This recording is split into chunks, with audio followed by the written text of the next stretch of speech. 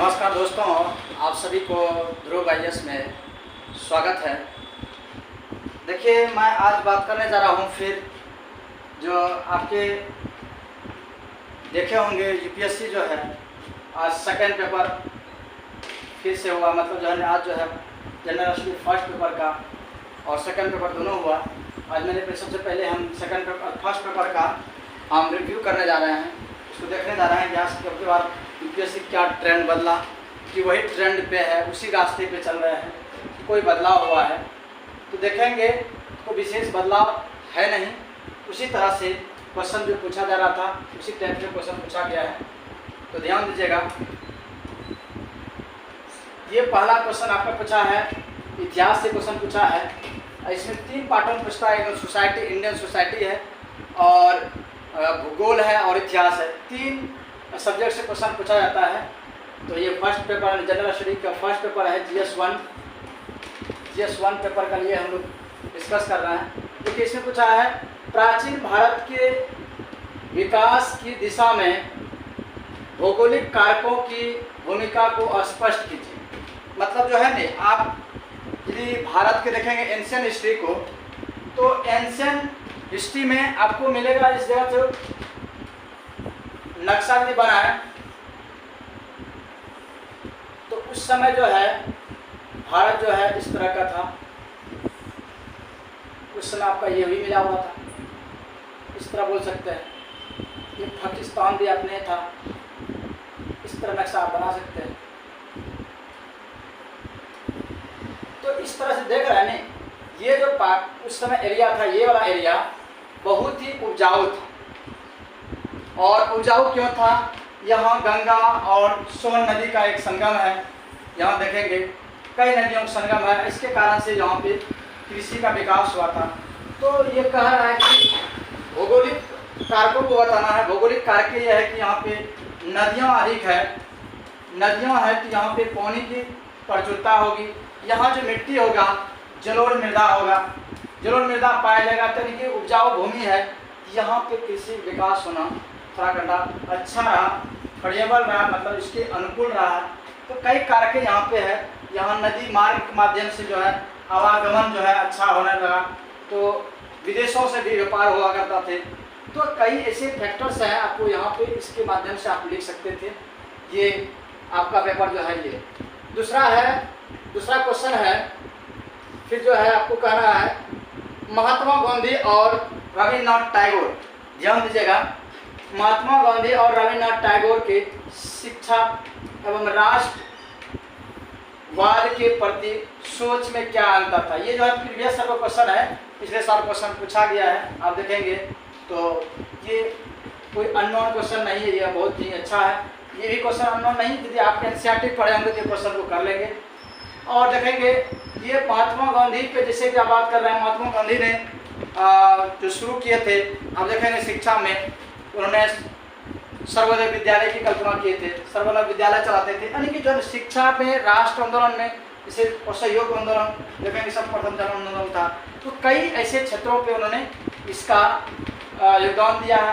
ये पश्चिम बंगाल के रविन्द्रनाथ टैगोर, इसे जो है साहित्य के क्षेत्र में जो बहुत बड़ी उपलब्धि जो मिला हुआ है, साहित्य के माध्यम से किस प्रकार उन्होंने शिक्षा को बढ़ाने का काम किया, और इसके संदर्भ में आप लिख सकते हैं दोनों का अंतर क्या क्या थे। और यदि बात करें ये क्या है विश्व के, ये सभी आपका जो चैप्टर में है, सिलेबस में है, इसीलिए क्वेश्चन पूछा गया है। ये भी हिस्ट्री से और आधुनिक हिस्ट्री से। फिर कहता है विश्व के विभिन्न देशों में रेलवे के आगमन से होने वाले सामाजिक और आर्थिक प्रभाव की विवेचना कीजिए। माने विश्व इतिहास से भी जो संबंधित ये क्वेश्चन पूछा गया है। तो आप देखेंगे किस प्रकार से आगमन से क्या क्या प्रभाव होता है, वो इस पे समाज पे आर्थिक प्रभाव किस तरह से है, ये विश्व इतिहास से संबंधित है। और आप करंट से भी जोड़ करके इसको बता सकते हैं। करंट में जैसे भारत में पड़ोसी देशों में जो है नेपाल के साथ आप देखें कुर्था रेलवे स्टेशन, रेलवे की चर्चा किया गया था, तो वहाँ से भी आप जोड़ कर देख सकते हैं। जब भी उस समय विश्व के दौरान जो है ब्रिटेन जो है किस प्रकार पूरे विश्व में रेलवे बिछा रहे थे, भारत में बिछाया था। तो उस संदर्भ में भी आप इसके समाज में उस समय क्या क्या प्रभाव पड़ा उस संदर्भ को लेकर के क्वेश्चन आप कर सकते हैं। ये भी हिस्ट्री का रहा, ये दोनों जो है आपका जो हिस्ट्री से रहा, ये भी हिस्ट्री से ही है, लेकिन ये वर्ल्ड हिस्ट्री से है। उष्णकटिबंधीय देशों में खाद्य सुरक्षा पर जलवायु परिवर्तन के परिणामों की चर्चा के लिए इसकी खाद्य सुरक्षा किस तरह से हमको प्रभावित करता है, इसके संदर्भ में आपका जो है सिलेबस में एक टॉपिक है खाद्य सुरक्षा, उससे संबंधित। और जो है जलवायु परिवर्तन तो है ही, यूपीएससी का फेवरेट टॉपिक है, और ये आप देखेंगे ये एनसीईआरटी से भी कवर कर सकते हैं, बहुत अच्छा से दिया हुआ है, इसको भी आप लिख सकते हैं। फूड सिक्योरिटी से संबंधित क्वेश्चन पूछा गया है, ये ज्योग्राफी क्वेश्चन। और अगला देखेंगे, ये बार बार पेपर में आते रहता है, ये भी आज विश्व ताजे जल के तथा संसाधनों की उपलब्धता और जो है पहुँच के संकट से जूझ रहा है। ये भी जो है आप देखेंगे एनसीईआरटी तो है ही है, और इसके अलावा जो वर्तमान में घटनाक्रम है, वर्तमान को इसे जोड़ करके आप देख रहे होंगे कि अधिक सिंचाई होने के कारण से जो क्या होता है, वो हमारा जो भौम जल की स्थिति जो है वो खत्म होते जा रही है, और उसको जो है ना आप देखेंगे जल संसाधन की कमियां, जो उपलब्धता और जो है उसके संकट में कमी कैसे हो रहा है, जल की उपलब्धता कम हो रही है, वो आपको देखना पड़ेगा। उस तरह से जो है उद्योग में, कृषि में अधिक से अधिक उपयोग कर रहे हैं जल, और सही से यूटिलाइज नहीं कर रहा है, उसके का संदर्भ में आपको लिखना था। जल संकट किस प्रकार है वो आपको उजागर करना था यहाँ पे। और छठा जगह क्वेश्चन के फियार्ड किसे कहते हैं, यानी किससे बनता है, ये कैसे बनता है बता रहा है, कैसे बनते हैं, और वे दुनिया के कुछ सबसे सुमांग क्षेत्रों का विकास निर्माण क्यों करते हैं। ये भी जो है एक ज्योग्राफी का क्वेश्चन है, ज्योग्राफी से आप देखेंगे, ये कोर ज्योग्राफी का क्वेश्चन पूछा गया है, तो इस तरह से आप जो है देख सकते हैं। ये उत्तराखंड जो है यूपीएससी बहुत स्टूडेंट को थोड़ा प्रभावित किया होगा, क्योंकि यदि ये इसको इंग्लिश मालूम ना हो, सुरंग की तरह होती है, बनता है नदी या पर्वत से मत जो कट कर बनते हैं, नदी के द्वारा बनते हैं, ये जो है यदि आप नहीं जान रहे हैं पर्वत के कारण बनता है तो ये आपको संकट हो जाएगा कि बनाना क्वेश्चन ये हिंदी मीडियम के लिए थोड़ा करना घातक सिद्ध हो सकता है। यहाँ पे जो हमारा जो हिंदी मीडियम है वहाँ उसको थोड़ा यहाँ पे संकट आ सकता है, ये क्वेश्चन ये इंग्लिश मीडियम के पक्ष में हो सकता है ये। और आप देखेंगे आप दक्षिणी पश्चिमी मानसून ये भोजपुर क्षेत्रों में, पूर्वोत्तर क्षेत्रों में किस तरह से पूर्वी वाला भागों में क्यों कहलाता है, और इस दिशा के द्वारा से कहता है दिशा परक मौसमी पवन प्रणाली ने क्षेत्र के बोल रहा है सांस्कृतिक लोकाचार को कैसे प्रभावित किया। देखिए यहाँ जो है ना ये जोड़ा किससे है, दक्षिणी पश्चिमी मानसून को जोड़ा है संस्कृति यानी कल्चर को जोड़ते हुए, संस्कृति को कल्चर को जोड़ते हुए ये क्वेश्चन पूछा गया है। उससे क्या प्रभावित होता है, उस क्षेत्र में क्या उसमें जो डेवलपमेंट होता है, मतलब डेवलपमेंट नहीं कहा जाए, उसमें क्या क्या हमारे समाज में प्रोग्राम होने लगते हैं, तो वो सभी चीज़ें जो है संस्कृति से जोड़कर थोड़ा क्वेश्चन ये पूछा गया है। ये भी ज्योग्राफी के ही सब सिलेबस से ही जुड़ा हुआ है। क्या आप सोचते हैं, देखिए यहाँ आपको खुद से सोचने की बात कहा है, कहता है कि आधुनिक समाज में विवाह एक संस्कार के रूप में मूल्य खोता जा रहा है। देखिए की पॉइंट, मूल्य किस प्रकार खो रहा है। और ये क्वेश्चन पढ़ते ही मुझे एक जजमेंट के उदाहरण पेश आता दिमाग में आता है, वो है कि केरल हाईकोर्ट ने कहा था कि जो है यूज करो और फेंक डालो, यूज करो फेंक डालो। और ये महिलाओं के संदर्भ में कहा था कि आजकल जो हमारे जनरेशन में क्या हो रहा है, पश्चिमी सभ्यताओं को अधिक बढ़ावा दिया जा रहा है, यानी कि उसके ओर अग्रसर हो रहे हैं, जैसे लिव इन रिलेशनशिप में तलाक बढ़ते जा रहा है। तो इस तरह का जो है ना हमारे जो संस्कार है, हमारे जो समाज के है, वो विवाह संस्कार धीरे धीरे खोती जा रही है। इस संदर्भ में आपको वो जो उदाहरण पेश करते हुए आप लिख सकते हैं। इसमें दो पक्ष हो सकता है, या आप कह सकते हैं नहीं भी खो रहा है, ये आप कह सकते हैं खो भी रहा है। पक्ष में भी कर सकते हैं, पक्ष में और विपक्ष में भी दे सकते हैं, दो पक्ष में हो सकता है। यहाँ यदि पक्ष में यदि आप देना चाहते हैं तो उसमें आपको क्या होगा, पक्ष में तर्क देना पड़ेगा, हाँ यह खो रहा है। यदि नहीं आप कह रहे हैं विपक्ष में ये खो नहीं रहा है, अभी वर्तमान में बना हुआ है, तो इसी पीछे तर्क देना पड़ेगा, आपको लॉजिक से बात करना पड़ेगा, तब आप सही जा करके ये कंप्लीट कर पाएंगे। ये बात सही है। तो अगला हम क्वेश्चन देखते हैं। ये पूछा है, भारतीय समाज में नव युवतियों में आत्महत्या क्यों बढ़ रही है, स्पष्ट करा। ये जो पेपर में बहुत था, जब उस समय जो है बता दें नेशनल लेवल पे, यहाँ तक कि मैं एंटोनियो गुटेरेस से भी सुना था कि घंटों में 11 पॉइंट समथिंग जो है आत्महत्या महिलाएं कर रही है। और यहाँ संदर्भ दिया गया है युवा महिलाएं किस प्रकार से हत्याएं कर रहे हैं, आत्महत्या कर रहे हैं, सुसाइड कर रहे हैं। उस संदर्भ में आत्महत्या इंडियन सोसाइटी का पार्ट है, आपको वहाँ पर पढ़ना पड़ेगा इंडियन सोसाइटी में। और यदि देखेंगे ये बच्चों को दुलारने के जगह अब मोबाइल फोन ने ले लिया है जगह, इसका जगह जो मोबाइल फोन ने ले जाता है। तो जो बच्चों के सामाजिकरण पर उसके प्रभाव की चर्चा कीजिए। यानी जो हमारा जो अगला जो जनरेशन होने वाला है, जो मोबाइल को जो हम दे करके उसको कर रहे हैं, उसका क्या आगे वाला जनरेशन पे क्या प्रभाव पड़ेगा, सामाजिकरण में क्या प्रभाव पड़ेगा, ये बताने का आपको यहाँ पे था। जैसे देखेंगे कि बच्चे को मोबाइल दे देते हैं गेम खेलने के लिए, गेम में व्यस्त हो जाते हैं, तो उसका ब्रेन जो है उसी वे में चलने लगता है, उसी वे में काम करता है, भावनात्मक रूप से वो लगाव दूर हो जाती है, उसकी मानसिकता जो है मानसिक बीमारी बढ़ जाती है, अनेक फेट बढ़ने लगता है, खेल कूद में नहीं जाता है और मोबाइल में चिपके रहता है। तो बहुत सारा कारण जो है वो हमारे समाज को, बच्चे के जो सामाजिकरण में काफ़ी प्रभावित कर सकता है, इस पर आप लिख सकते हैं। और यदि बात करें वैदिक समाज और धर्म की मुख्य विशेषता क्या है, ये आप जो है ये जोड़ सकते हैं, मतलब एंशियंट हिस्ट्री से है, वैदिक सभ्यता पूछा गया क्वेश्चन, और वहाँ पे समाज को लेकर, धर्म को लेकर क्वेश्चन पूछा गया है।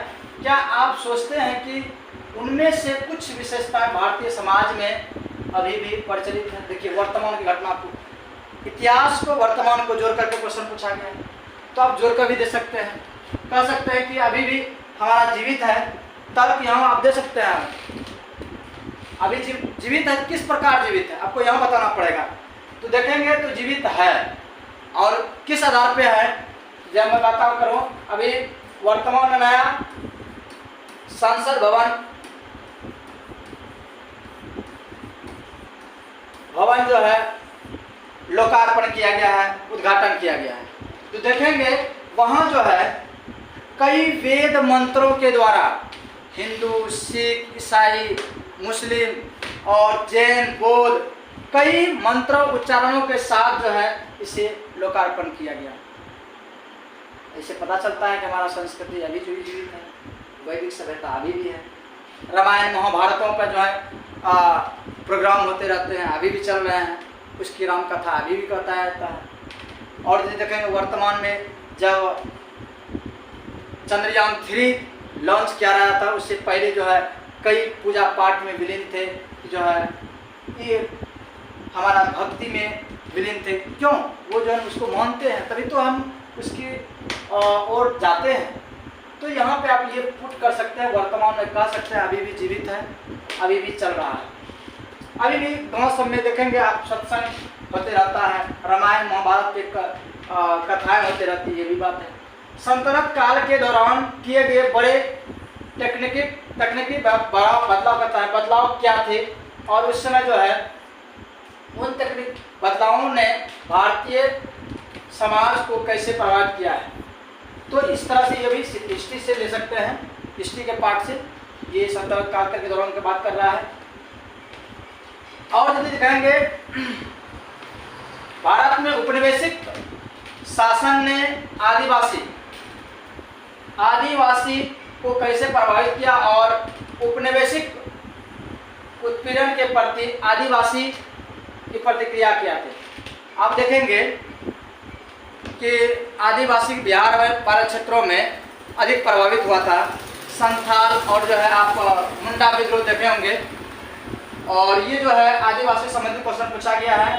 जब वो अंग्रेज लोग आए थे उसको किस प्रकार से वन से प्रताड़ित करके दूर किया गया, वहाँ से हटा दिया गया, उसकी जो सोसाइटी थी उसकी तोड़ मरोड़ किया गया, तो उसका उत्पीड़न जो किया गया उसके बारे में आपको लिखना है। ये एनसीईआरटी में 8 क्लास में एनसीईआरटी में बहुत ही अच्छी तरह से दिया हुआ है।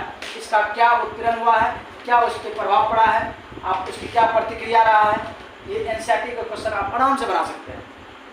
यह देखिए भारत के ये आप वर्तमान में भी आप एक करके जोड़ सकते हैं, या तो आपको इतिहास लिख सकते हैं, कोई दिक्कत नहीं। यहाँ पे भारत के लंबी तटीय संसाधन क्षमताओं पर टिप्पणी कीजिए। ठीक है, आपका जो भारत का नक्शा यदि बनाए तो आप देखेंगे यहाँ पे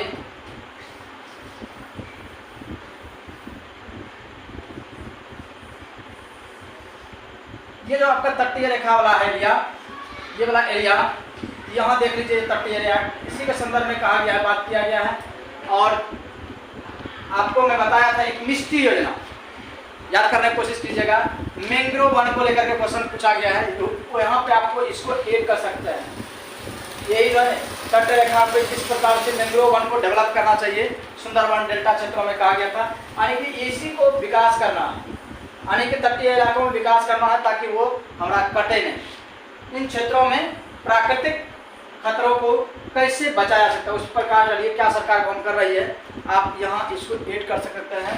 करंट से ऐड करके आप जोड़ेंगे तो मिष्टी योजना बहुत ही अच्छा योजना है भारत सरकार की, उससे जोड़ करके आप बता सकते हैं।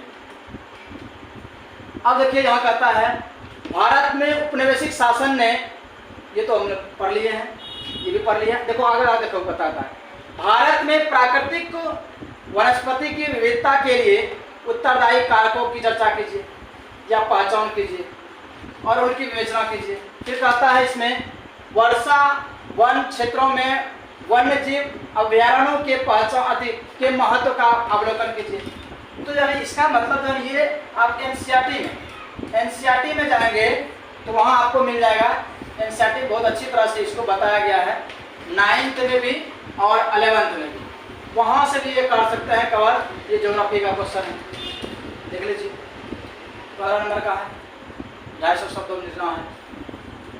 भारत में मानव विकास आर्थिक विकास के साथ कदम ताल करने में किस विफल क्यों हुआ है, इस संदर्भ में बात करना है। देखिए मानव विकास, ये ज्योग्राफी का ही क्वेश्चन है, और आर्थिक विकास किस प्रकार सस्टेनेबल डेवलपमेंट यदि बात करते हैं हम लोग, तो मानव के विकास के साथ साथ जो है वो आर्थिक जो विकास हो सही हो पा रहा है या नहीं हो पा रहा है। जो मानव विकास हो रहा है, मानव जो है उसको हम बड़े बड़े उसमें जब कहते हैं मानव विकास, तो उसी को कह सकता है जैसे कि उसको शिक्षा से, स्वास्थ्य से, हर चीज़ से समृद्ध कर कर उसको विकास कर सकते हैं। लेकिन उसी के साथ आर्थिक विकास हो पा रहा है या नहीं, या उसके साथ कदम ताल मिला पा रहा है नहीं, इसकी आपको चर्चा करना है। सस्टेनेबल गोल के साथ आप इसे जा सकते हैं, लिख सकते हैं। तो इस प्रकार जो देखेंगे हमने चर्चा किया कि किस प्रकार जो है ये सब क्वेश्चन आपको टैकल करना चाहिए था। ये सब जो है देखेंगे सब सिलेबस से बाहर कहीं नहीं है। तो मैंने एक तरह से रिव्यू दे दिया। क्वेश्चन जो है कोई टफ नहीं था, सहूलियत ही था, सरल ही था, ज़्यादा कठिन क्वेश्चन नहीं है, सबके बारे में लिखा जा सकता है। थोड़ा यहाँ मुझे लगा 6 नंबर क्वेश्चन में कि हिंदी मीडियम का स्टूडेंट जिसे इंग्लिश उसको नहीं पता होगा इसके बारे में, तो फिर वो क्वेश्चन थोड़ा इसका छूट सकता था, नहीं तो अदरवाइज क्वेश्चन बना सकता। तो इसी प्रकार फिर अगला हम लोग सेक्शन लेंगे, और जब सेकंड पेपर हो जाएगा तो उसके लिए आज इतना ही। धन्यवाद, थैंक यू सो मच।